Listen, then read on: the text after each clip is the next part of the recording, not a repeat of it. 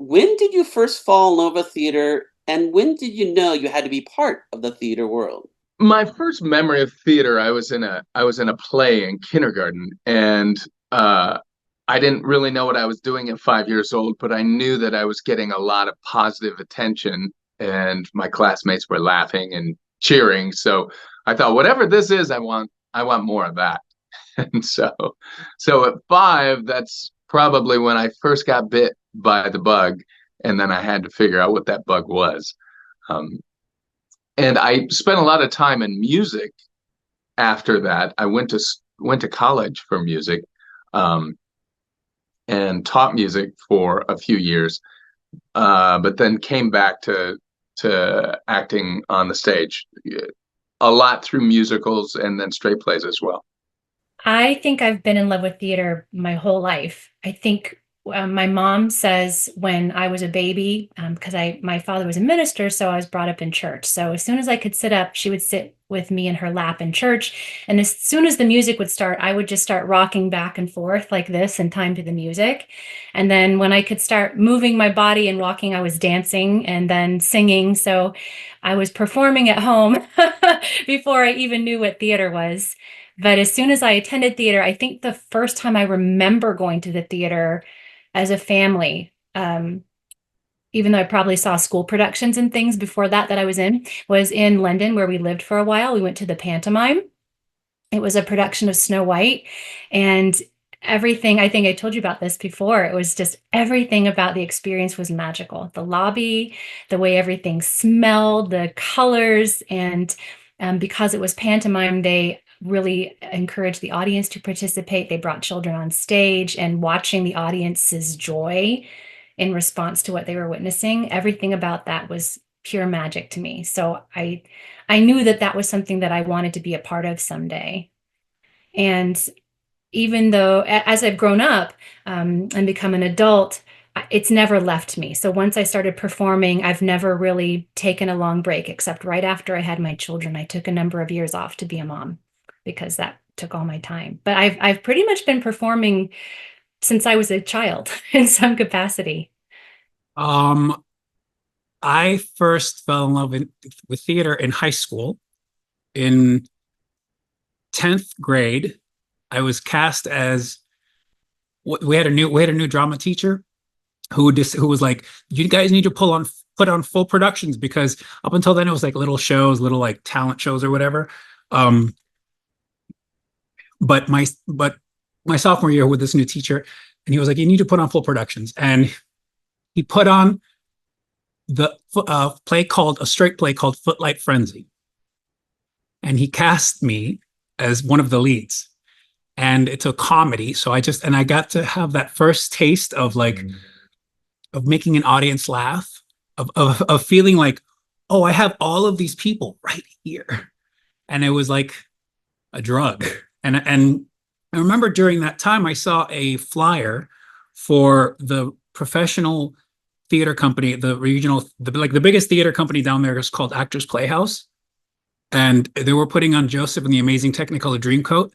And I remember looking at that bulletin, at the what is it called? The program, and thinking, that's an adult man that does this for a living. He makes his, he can, this is a, I can do this for a living. Like, that's an option. And that was kind of when that bug started. And then later that year, same sophomore year, he decided to do a musical. So he did Pippin. Of all musicals, he did Pippin. And up until that point, I hated musical theater. I thought typical Miami bro. I was like, bro, that's so stupid. You don't just break out into song. Nobody does that. But I love music. I mean, I've always been a singer and I love music. So to like those two things have always been like separate. And then, so he did Pippin, and I auditioned, and he cast me as Pippin. And I was like, starting to work the rehearsal processor and everything. I was like, oh, wow, this is two things. I have music and acting and theater, and then ever since then I was like, okay, I'm hooked. This is what I need to do. It's a passion of mine. Probably when I was little. I was homeschooled, and so my parents were very careful on what we were allowed to watch. And so I watched a lot of really old musicals, Seven Brides for Seven Brothers, Funny Girl, all those kind of things. Like that's what I watched when I was a little kid. So pretty early on, I just really loved it. Well, to add on to that, when did you fall in love with acting and singing, and when did it go from an interest to an obsession?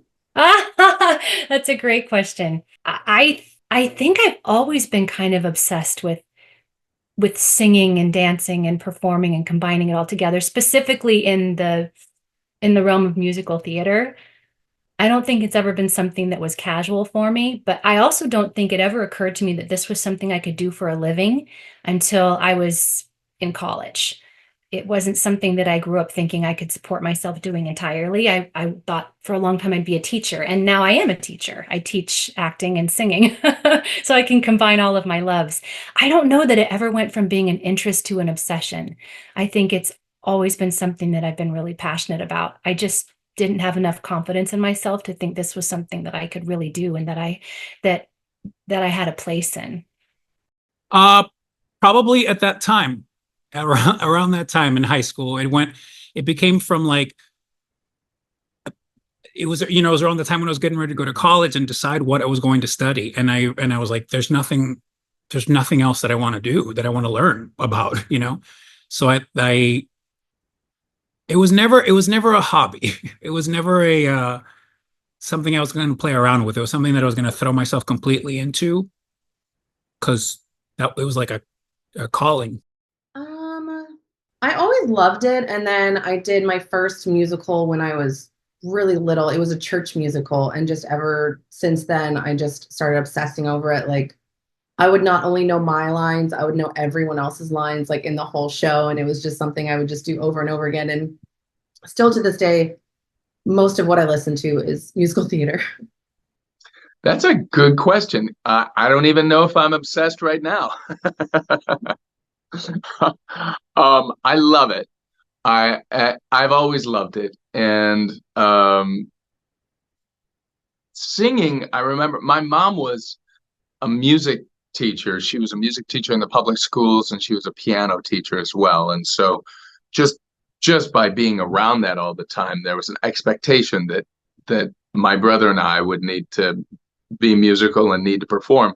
And like any other kid, or most other kids at that age, we were, had the same stage fright and the same performance anxieties that other people do when, there's expectations put on you.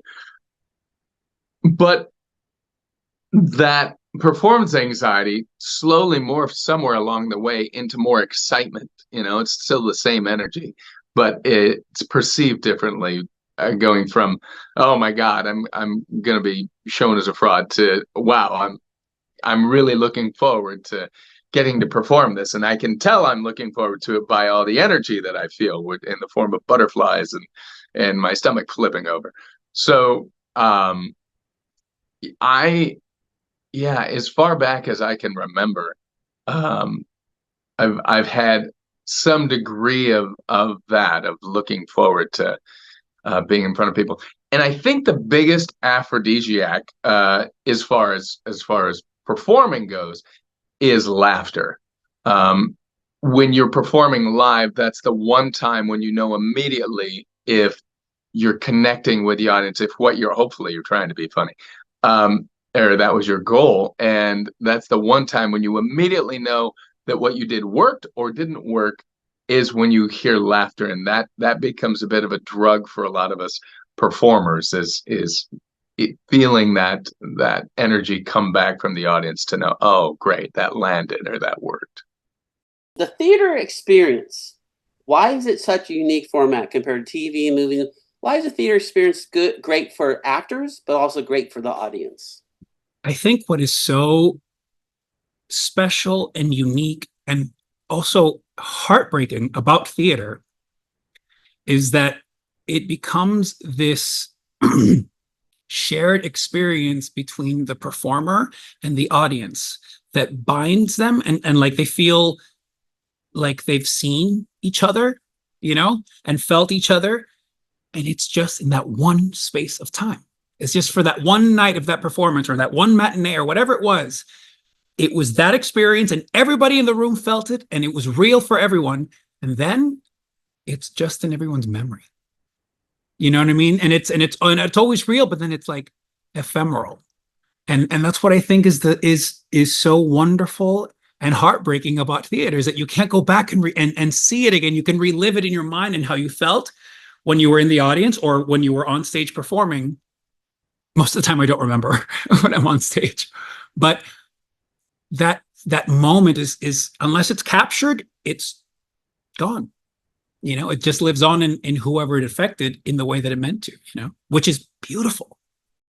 I think it's unique because no show is alike. I mean, you can have the same cast doing the same thing every single night, and it's always slightly different. You know, whether the actor changes up a little bit or something happens on stage that shouldn't. And the audience, like different audiences can bring in different energies. And so it's just a really interesting way that just everything is always just a little bit different. So I think that's really interesting. The theater experience is unique because we're both in the same room. We're both participating. When I say both, I mean performers and the audience. That line is blurred a little bit in the theater because the audience's reactions are part of the experience, and that informs us, the performers, as well. Like the opening night always has so much more energy than dress rehearsal because you're adding in that so crucial element of the audience and their appreciation or their interest. You can feel when they're leaning in, when something is important to the character on stage. You can feel when it's also important to the audience, or you know, when something is painful, you can feel when the audience is weeping with you. So it's crucial for those of us on stage to feel that informs our performance. And like I said, with comedy, that's the most obvious, that you can absolutely tell when they're with you, and you can absolutely tell when they're not with you. When you're dying on stage and there's just crickets when something is supposed to be working and it's not. I think that's actually the answer to the question. I think that theater is such a unique experience because of the people that are involved, because there is an audience and people on stage. As performers, we're not just performing for a big blank canvas. There are real humans with emotions and thoughts and feelings who are responding to us. And even if the audience is silent, we feel their energy very much. So what is happening on stage, I feel, is very much a co-creation that we're all making together. The audience and the people on the stage and the performers. And that's why every performance is different, because what every audience is offering energetically and the people on stage, it's going to be different every time. It's a unique artistic creation that we're all in together. It's very exciting. And add on to that, musicals are even more unique part of the theater experience. Why are they so popular by both the audience and the actors? Why are they so popular? That's a good question. I think for some people, they're so popular because they're just like have a nostalgic feel. You know, it reminds, you know, a lot of the musicals that I listen to, it reminds me of childhood, or it reminds me of things like that. And also it's exciting to watch, and it's kind of addictive. Like you're watching them dancing and singing and doing all of that together. You know, it's just something I think people really look forward to. Adding the element of music to storytelling, and not just background music, but actually telling the story through music, seems to, and it doesn't work for everyone. Not everyone loves musicals, but for those of us that do and are passionate about musicals, it's because that element is so primal. I think music reaches in even deeper than just words do, because the music, the melody, the arrangements, and definitely the energy of the music informs what we're saying. If you're singing a love song and the music is also giving you that feeling of the endorphin rush that you get when you're in love, or in the case of Jekyll and Hyde, the fear or the dread that might be coming from this terrifying moment or impending doom, you feel that in the music, and it heightens the emotional experience of that story. So I think that it's a magical way of telling a story. And even though it, it's maybe not the most natural way of telling a story, because the stories don't happen like that in real life. We don't, break out in song when we're excited about reading our new bank balance or whatever in the real world. But in musicals, we do, and we feel it that much more as an audience and as a performer when you can express it fully with music as well. Well, that's another great question. Musicals, so I've done both. I've done straight plays and musicals. And for a long time, up until I was probably in college, I did my first musical in college. And I was an English literature major. I studied theater, so classical theater like Shakespeare, Chekhov, Ibsen. And I also studied singing like opera. But I never thought that I could combine the two. I didn't think that I had a place in musical theater, even though I loved it. I didn't think I belonged there. But when I did my first musical, I realized I was able to combine everything that I loved.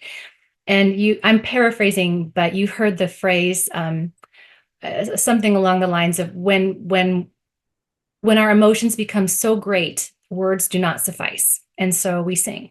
And even more so, when even singing cannot suffice, we move, we dance to express how we're feeling. So I think it intensifies everything that's happening on stage. When we sing a song on stage, it's because simple words alone are not enough to express how we're feeling. So we have to sing it. I think musicals have, like, a well-done musical has that capacity to reach every note that a person could possibly want to feel in ways that are quicker than a straight play, I think. When a straight play has to do it through dialogue and through, lighting and through mood and through the acting and directing and all of that stuff, a musical can just cut through so much because it's got the music. And the music cuts straight to the heart. So whatever the composer intended you to feel, you're going to feel subconsciously, whether you want to or not, because it's there in the music, And I think that's what makes it such a universal and kind of an addicting thing. I have many friends that are just like addicted to going to Broadway shows. And they'll spend, so much money because they go see shows regularly. And that's like just part of their thing. They used to be performers, but now they just love it so much that they have to continue to do this. There's something very addictive about seeing a performer shine in what they do and give you that experience of like, I feel seen and I am blown away and I am inspired and all of these things. That feeling, that live feeling, that again, like I said, is ephemeral because it passes after that night is gone, but it stays with you. So what do you got to do? Go back and go see another one and go see another show and see another performer, get addicted to another performer, another feeling of like, wow, this person is bearing their soul on that stage. I need more, Tell us about the P3 Theater Company. Why do you like working with this theater company, and why is it such a unique theater to work with? P3 has been such a great company for me in particular, because first off, I love working with John. He is a performer himself, so he knows from both sides of the stage how things are going to work, and I trust that we're in good hands when we're working with John Peterson of P3. And this will be my third thing that I've done under P3 now. And John is fearless with tackling some of the biggest and most daunting tasks, like Jekyll and Hyde. Jekyll and Hyde is a huge undertaking. And even though this is going to be a little bit more of a concert style of the presentation, it's still a really big undertaking. And I love that he's so passionate about the material and about getting it out there that he will throw caution to the wind and say, we're going to do this. We're just going to, I know enough. He knows enough people where he can get us all together and make magical things happen that on a magically small budget, on a shoestring budget, or a wing and a prayer. And he's like, well, everybody, the thing that we have a ton of is passion and talent. He knows a lot of talented people, so those are his resources. And when you have passionate people that are also very talented, and John knows all those people, he can put them all together and make things happen. And it defies a lot of conventional thinking about what is possible with limited resources. And then also some of the other things that I've done with John involve a very small group of people and a small amount of staging, a small amount of props and set design, so you can tell a story in the truest, rawest form in basically a black box setting, and still take the audience on a fully immersive adventure someplace without having to, create a full set, or a full with doing it with minimal resources. I love working with P3 Theater Company because of the people involved. Every single one of them are an absolute jewel. Everyone is very kind and professional and thoughtful and enthusiastic. And everyone is incredibly multi-talented and wears all the hats. So just about everyone who's involved with P3 is a performer and a singer and a dancer and a producer and a director. Like, everybody is coming at this project from many different angles. And it's a lovely and warm environment to be in. Everyone's very supportive of one another, very thoughtful. And I always feel like I'm getting a warm hug when I walk into a room with the members of the P3 Theater Company. And what was your other question? Why is it a unique theater compared to other small theaters? Well, I think that the caliber of shows that John Peterson puts on are absolutely top-notch, professional level. He seeks out and works with the absolute best people who are not only talented, but wonderful to work with as well, wonderful individuals. And also P3 gives back. It's very socially conscious. So P3 has a number of charitable donations, including helping children and veterans, and I love that. So P3 is very passionate about supporting its community and the arts. Well, I'm I'm a little biased because I have known John Peterson for decades, over decades, for almost 2 decades. Jesus, no, over 2 decades now. Anyway, whatever. So I've, it's like he's sister. That's how he that kind of refer to each other. When we literally, that's how we'll begin our voicemails to each other. So when he asked me to do oh wait, am I allowed to talk about it yet? Evita? Okay. When he asked me to do Evita here in Long Beach as his, I think it was like that was the first production that they did. I had never done Evita before. I'd never done an Andrew Lloyd Webber play. I don't think I'd done an Andrew Lloyd Webber show. I think that was my first one. It's a baptism by fire. But I was like, I was like, I'm not going to say no, it's John. So really, to me, it's like this embodiment of all of this passion that he has for this for this experience that I felt like I walked with him back when we worked together doing children's theater and regional productions, all 2 decades ago. For me personally, the stuff that I get to do with him, I don't really get to do anywhere else.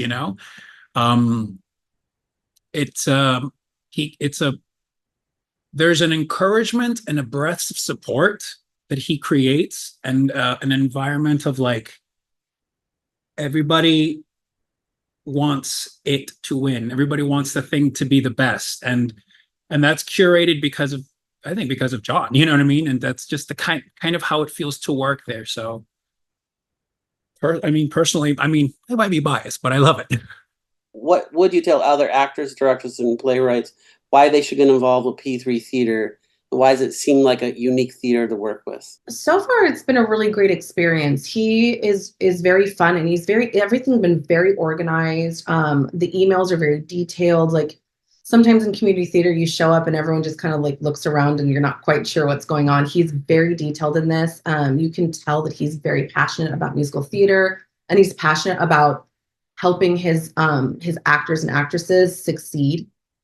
And yeah, and he listens to people. There are sometimes that directors can hover a little bit, and this time, for example, The Sopranos were having a little bit of a hard time finding a line, getting it right, and I was like, you know what, move on, and I'll have it by tomorrow. And me and the other girl, and he did. He was like, okay, sounds good. And that trust that he had in us to be able to do it on our own is not always what you get from directors, and that was really nice. Because do you want your work to grow? Do you want your work to flourish? This is the company to do it with. They've got the artists, they've got they've got John. What else? What do you need? This is the company that you want to grow your work with.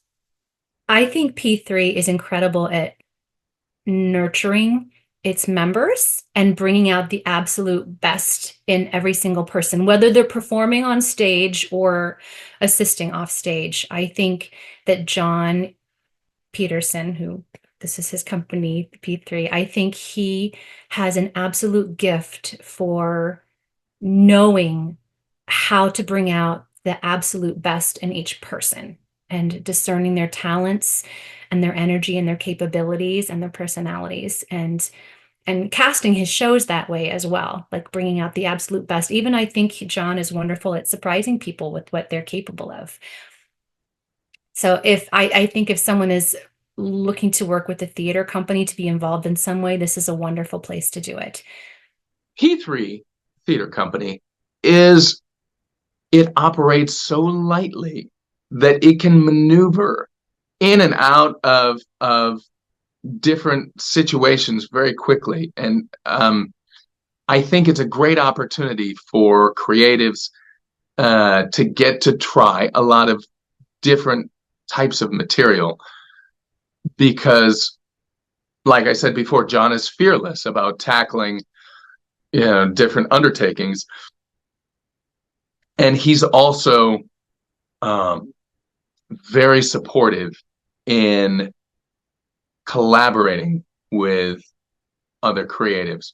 So when you're working with John, it's not just the John Peterson show. It's John pulling the best out of everybody, whether he's the director or he's just there. He encourages everybody to bring, and that's why you're there. And he knows that.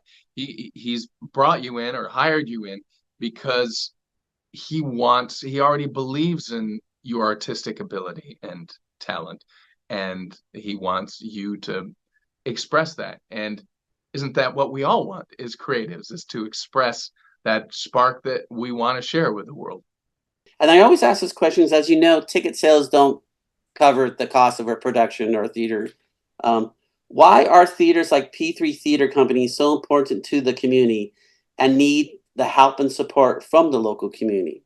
I mean, to provide art and to provide performance and experiences like what will be the Jekyll and Hyde concert, that that doesn't pay for itself. That needs this. This is all a benefit. So none of the performers are getting paid. We're doing this because we love John, because we love the theater company, and because we believe in this. But it takes money. It costs money to run productions, lights, and people, the people that run backstage, pay the actors, because actors also deserve to get paid. That stuff needs support, needs the help of people who can and who are moved by it. Those are the ones that we need and want the help from. We don't want the money from the people that can't afford it. We want the money from the people that can and are moved by it. That's what's necessary. Well, I would say one of the reasons that it's worthwhile to support P3 Theater Company is the excellent caliber of its shows, the incredible productions that it brings forward, but also something that I mentioned earlier, and that P3 cares about the community. and it gives back. Like John will give back absolutely every opportunity that he can for children, for education, for veterans, for the arts, and he's also incredibly really supports his arts community, other theaters. He's not stingy in holding all the talent or resources to himself. John really believes that when one succeeds, everyone succeeds. So he's very invested in supporting his theater company, but yes, all the other theater companies that he's met and worked with and knows of. He wants to support all of them because the arts are such a valuable part of our lives, and theater is worth keeping alive, especially post-pandemic. Small theater companies like P3 are very special, and sometimes we don't even realize how lucky we are to have these small independent companies until they're gone, because you realize if you rely just on the huge productions that come through town, maybe the big tours that come through town, and you get a very limited and very mainstream view of what's out there.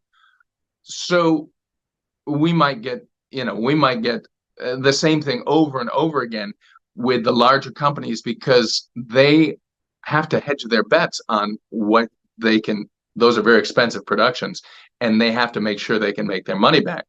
And first and foremost, the larger companies are a business. They're for profit, and they choose their material based on that. And although the smaller companies need to make a profit too, because they are smaller and can operate much lighter, they can take bigger risks, and they can bring a bigger cultural palette and a cultural offering to communities like this. So it's important, A, to go see companies like P3, because you're going to get a wider view of what's available and what's out there. You're going to walk away culturally richer than you were before. But B, it's important because we want to support those small companies, because without those companies, you're stuck with the mainstream stuff that comes through. And no shade to the big companies that stay mainstream. They have to make a profit. They can't afford to take risks like companies like P3 can. And so support companies like P3 that bring you a wider palette of cultural offerings in your theater world.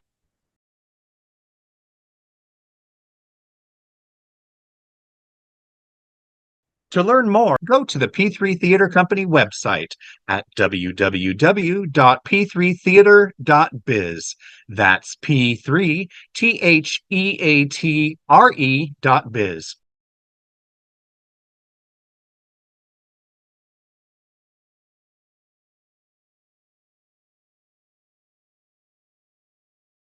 To learn more, go to the P3 Theater Company website at www.p3theater.biz.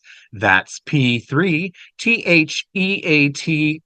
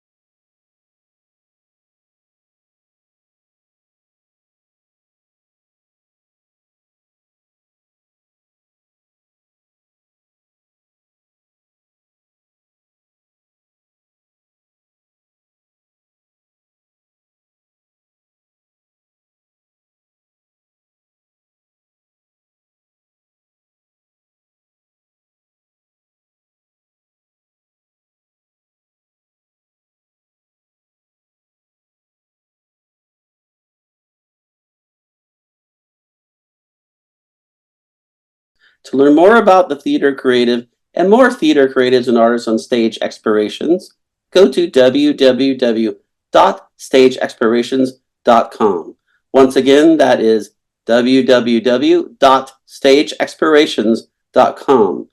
There is no space between stage and explorations. You may find more videos, podcasts, and information about this theater creative and other theater creatives and artists on Stage Explorations YouTube channel. Looking forward to seeing you in the theater.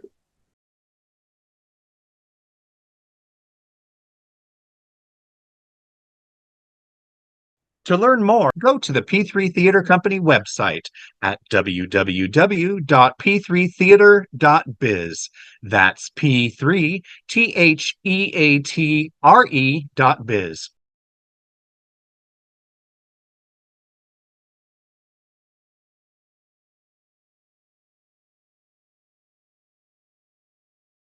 To learn more, go to the P3 Theater Company website at www.p3theater.biz.